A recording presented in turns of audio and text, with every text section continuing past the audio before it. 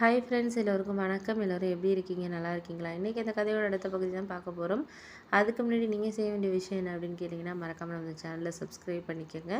கீழே இருக்க பெல் பட்டனையும் கிளிக் பண்ணுங்கள். அப்போ தான் நான் போடுற வீடியோஸ் எல்லாமே உங்களுக்கு உடனுக்குடனே நோட்டிஃபிகேஷன்ஸில் வரும். ஸோ மறக்காமல் சேனலை சப்ஸ்கிரைப் பண்ணிவிட்டு வீடியோ பாருங்கள் ஃப்ரெண்ட்ஸ். வாங்க நம்ம கதைக்குள்ளே போகலாம். அதுக்கப்புறம் நான் யோசித்த விஷயம் என்ன அப்படின்னா, சரி நம்ம இந்த வேலையில் இவ்வளோ நாள் 7-8 வருஷமாக கிட்டே இருந்துட்டோம். ஆனால் சேலரின்னு பார்த்தா ஒரு 30,000 கிட்ட தான் வாங்கிட்டு இருக்கோம். வர்றப்போ 10,000 சம்பளத்துக்கு வந்தோம். இப்போ 30,000 இருக்கும். ஆனால் வருஷங்கிறது அதிகம் தான். நம்ம போடுற எஃபெக்ட்டுங்கிறது அதிகமாக தான் இருக்குது. ஆனால் அதில் கிடைக்கிற நம்மளுக்கு லாபங்கிறது ஒன்றுமே இல்லாத மாதிரி தான் இருக்குது. அப்படின்னோடனே சரி ஓகே, இதுக்கப்புறம் நம்ம என்ன பண்ணலாம், எதை பற்றி யோசிக்கலாம் அப்படின்னு சொல்லிட்டு நான் யோசிச்சுட்டு இருந்தப்போ தான் எனக்கு ஒரு ஐடியா வந்துச்சு. என்ன அப்படின்னா, சில விஷயங்கள் நம்ம சொல்கிறதுக்கு நல்லாயிருக்கும். ஆனால் அதை நம்ம வெளியிலேருந்து பார்க்குறப்ப தான் அது தெரியும் அப்படிங்கிறது மாதிரி தான். என்னோடய வீட்டில் உள்ளவங்க எல்லாருமே பேசுவாங்க. இந்த சேல்ரி உனக்கு போதாதா, 30,000 வாங்குற அப்படின்னு சொல்லிட்டு பேசுவாங்க. ஆனால் அந்த 30,000த்துக்கு நான் 7-8 வருஷம் என்னோட வேலை பார்த்துட்டு இருந்து வேறு கம்பெனி மாறி போனவங்களாம் இன்றைக்கி 60,000 70,000 சம்பளம் வாங்கிட்டு இருந்தாங்க. ஆனால் அவங்களுக்கு ஒர்க்குங்கிறதும் கம்மியாக தான் இருக்குது. நான் 12 ஹவர்ஸுக்கிட்ட வேலை பார்க்குறேன். ஆனால் எனக்கு ஒரு சம்பளங்கிறது பார்த்திங்கன்னா ரொம்பவே கம்மியான ஒரு சம்பளம் அப்படி தான் போயிட்டு இருந்துச்சு. அதெல்லாம் நான் யோசிச்சு பார்க்குறப்போ சரி என்னடா இது, நம்ம ஒரு சில விஷயத்த நம்ம மாறினா தான் கண்டிப்பாக நம்ம வாழ்க்கையில் முன்னேற முடியும் அப்படிங்கிறது எனக்கு தோணுச்சு. அதை பொறுத்து தான் நானுமே இருந்தேன். சரி பார்த்துக்கலாம், இதுக்கப்புறம் நம்ம வேறு வேலை ஏதாச்சும் தேடுவோம். நம்ம எக்ஸ்பீரியன்ஸ் 7 வருஷம் இருக்குது. அதை வச்சு நம்ம ஏதாச்சும் வேலை தேடுவோம். ஏதாச்சும் வேலை கிடைக்கட்டும், நம்ம பார்த்துக்கலாம் அப்படின்னு சொல்லிட்டு சொன்னோன்னே சரி ஓகே அப்படின்னு சொல்லிட்டு நானும் யோசித்தேன். சரி பார்த்துக்கலாம், இதுக்கப்புறம் நம்ம ஒரு சில நேரங்களில் இது சரியாக அமையலை அப்படின்னு சொல்லிட்டு நம்ம கவலைப்படக்கூடாது. வேறு ஏதாச்சும் நம்ம தேடுவோம், வேலை தேடுவோம், கிடைக்கும் அப்படின்னு சொல்லிட்டு இருந்தேன். அதுக்கப்புறம் நான் சரி அப்படின்னு சொல்லிட்டு எங்கள் வீட்டில் எதுவுமே பேசிக்கல. ஏன்னா அவங்க இந்த சம்பளம் போதுன்னு நினைக்கிறாங்க. ஆனால் நான் போடுற எஃபெக்ட்டு, அதுக்கப்புறம் ஒரு வருஷமாக நான் எவ்வளோ கஷ்டப்படுறேங்கிறது அவங்களுக்கு புரிய மாட்டேங்குது. 7 வருஷத்தில் ஒரு ஒரு நாளுமே லீவ் போடாமல் ஞாயிற்றுக்கிழமை கூட வேலை பார்த்துட்டு இந்த மாதிரியெல்லாம் இருக்கிறேன் அந்த கம்பெனிக்கு. ஆனால் அவங்க ஒரு வருஷத்துக்கே பார்த்திங்கன்னா ஒரு 2,000 3,000 தான் சேலரிங்கிறது எனக்கு ஒரு இன்க்ரிமெண்ட் கிடைக்கிது. அப்படின்னோடனே சரி ஓகே, நம்ம பார்த்துக்கலாம், இதுக்கு மேலே இதை பற்றி நம்ம இது பண்ண தேவையில்ல, பார்த்துக்கலாம் அப்படின்னு சொல்லிட்டு இருந்தேன். அப்புறம் தான் என்னாச்சுன்னு பார்த்தீங்கன்னா, என்னோடய ஃப்ரெண்டு ஒருத்தன் இது மாதிரி பெங்களூரில் மோர் ரிலேட்டடான ஜாபுக்கு ஒரு 5 இயர்ஸ் எக்ஸ்பீரியன்ஸுக்கு மேலே உள்ள பர்சன் கேட்குறாங்க. நீ வேணால் போயிட்டு இன்டர்வியூ அட்டன் பண்ணு, ஃபோன் இன்டர்வியூ தான் அப்படின்னு சொன்னோன்னா, உன்னோட ரெஸ்யூமு, என்னோடய எக்ஸ்பீரியன்ஸ் சர்டிஃபிகேட்டு, ஏற்கனவே ஒர்க் பண்ண கம்பெனி, அதுக்கப்புறம் அவங்க சில டீட்டெயில்ஸ் என்னென்ன உனக்கு தெரியும் அப்படிங்கிறதெல்லாம் எழுதி இது பண்ணியிருக்காங்க. அதை பார்த்துட்டு நம்ம வேணால் இது பண்ணிக்கலாம் அப்படின்னு சொன்னோன்னே சரி ஓகே அப்படின்னு எனக்கும் தோணுச்சு. இந்த அளவுக்கு நம்ம கொஞ்சம் மெனக்கட்டோன்னா நம்ம கண்டிப்பாக இது பண்ணலாம் அப்படிங்கிற மாதிரி தோணுச்சு.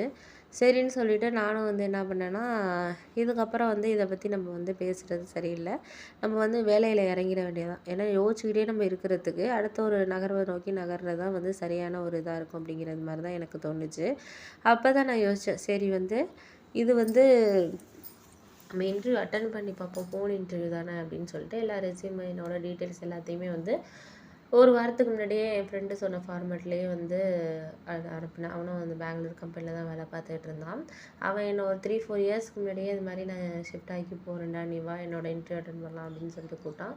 ஆனால் இப்போ அவன் 1 லட்ச ரூபா வரைக்கும் சம்பளம் வாங்கிட்டு இருக்கான். ஆனால் என்னால் அவன் என்னோட டேலண்ட்டுங்கிறது கொஞ்சம் கம்மி தான். மற்ற இதெல்லாம் நான் தான் அவனுக்கு சொல்லிக் கொடுப்பேனே.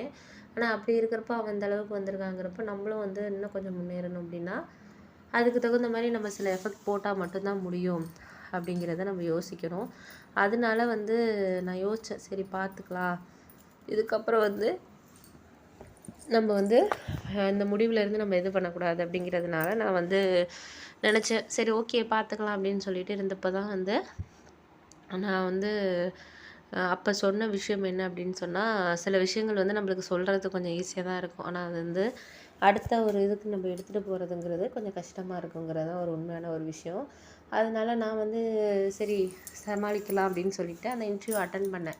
ஆனால் வீட்டில் யாருக்குமே தெரியாது நான் இன்டர்வியூ அட்டன் பண்ணது, எதுவுமே தெரியாது. ஏன்னா அவங்க எதுக்கு நீ தேவையில்லாமல் அடுத்த ஒரு இது பண்ணுற, இதிலே இருக்கலாம் அப்படின்னு சொல்லி தான் பேசுவாங்க. ஏன்னா அவங்களுக்கு இப்போ இருக்கிற சம்பளங்கிறது போதுமானதாக இருக்குது. ஏன்னா வீடு எங்கள் வீட்டில் வந்து அப்பா கொஞ்சம் வந்து வேலையில் இருந்தவாசி, அவர் ஒரு 3 4 வீடு வந்து கட்டி வாடகை இதெல்லாம் வருது, கடையெல்லாம் வாடகைக்கு போகிறதுனால அவங்களுக்கு இந்த சம்பளங்கிறது இதாக இருக்குது. ஆனால் எனக்கு வந்து நம்ம இவ்வளவு ஒர்க் பண்ணியுமே நம்மளுக்கு அதுக்கு தகுந்த சம்பளம் கிடைக்கலையே அப்படிங்கிற மாதிரி எனக்கு ஒரு தோணுது. இத்தனை வருஷத்தை நம்ம வேஸ்ட் பண்ணிட்டோம் போல இருக்குது அப்படிங்கிற மாதிரி தான் எனக்கு தோணுச்சு. சரின்னு சொல்லிட்டு அதுக்கப்புறம் வந்து ஓகே, அடுத்த ஒரு இது நம்ம பார்ப்போம் அப்படின்னு சொல்லிட்டு பார்த்துக்கலாம் அப்படிங்கிற மாதிரி ஒரு முடிவில் தான் இருந்தேன். அதுக்கப்புறம் இன்டர்வியூ அட்டன் பண்ணேன். அப்புறம் நான் வந்து ஒரு சில நாட்களுக்கு அப்புறம் அத்தை வீட்டுக்கு நான் போனேன். ஏன்னா வந்து அம்மாவுக்கும் அத்தைக்கும் பிரச்சனை ஆனதுலேருந்து நான் போகாமல் தான் இருந்தேன். நான் வந்து அதுக்கப்புறம் வந்து அத்தையே என்னை ஃபோன் பண்ணி கூப்பிட்டாங்க. இது மாதிரி உங்கள் அம்மாவுக்கு தான் என் மேலே கோவம் இருக்குது, நீ கூட வந்து என்னை புரிஞ்சுக்க மாட்டேங்கிற, ஏம்மா வரமாட்டேங்கிற அப்படின்னு சொல்லிட்டு கேட்டோன்னே, இல்லை இல்லை நான் வரக்கூடாதுன்னுலாம் கிடையாது, எனக்கு வந்து அம்மா வந்து இந்த மாதிரி ஒரு பிரச்சனை அப்படி ஆனதுக்கப்புறம் நம்ம எப்படி உங்களை அம்மா அப்படி பேசினதுக்கப்புறம் எங்கத்த வர்றது அப்படின்னோடனே, நான் அதெல்லாம் மனசில் வச்சுக்கிறேன், அவளுக்கும் எனக்கும் பிரச்சனை இருக்கிறது இருந்துட்டு தான் இருக்கும், இப்போ நேத்தா இருக்குது சொல்லு, நான் கல்யாணம் ஆகி வந்ததுலேருந்து உங்கள் அம்மா வந்ததுலேருந்து ஏதாச்சும் ஒரு பிரச்சனையை கிளப்பிட்டு தான் இருக்கா, என் மனசை வந்து புரிஞ்சிக்கவே மாட்டேங்கிறா அவள், அது உனக்கு தெரியாதா அப்படின்னோடனே, சரி ஓகே பார்த்துக்கலாம், நான் வர்றேன் அம்மாவுக்கெல்லாம் தெரிய வேணாம் நான் வர்றது, நான் நாளைக்கு ஊருக்கு நான் ஆஃபீஸ் விஷயமா வந்து வெளியூர் போகிறேன்னு சொல்லிவிட்டு நான் கண்டிப்பாக வந்து ஒரு 2 நாள் தங்குறேன் அப்படின்னோடனே, சரி சரி நீ வா அப்படின்னு சொல்லிட்டு சொன்னாங்க. அதுக்கப்புறம் வந்து அம்மா கிட்ட சொன்னேன், இது மாதிரி வந்து ஆஃபீஸில் மீட்டிங் இது பண்ணியிருக்காங்க அம்மா, ஒரு 2 டேஸ் வந்து கோயம்புத்தூர் நான் போகிறேன் அப்படின்னு சொன்னேன். அதுக்கப்புறம் வந்து கோயம்புத்தூர் போகிறேன்னு சொல்லிட்டு திருச்சி வந்து கிளம்பி அத்தை வீட்டுக்கு நான் வந்துட்டேன். அம்மாவுக்கு ஆனால் கொஞ்சம் டவுட் இருந்துச்சு.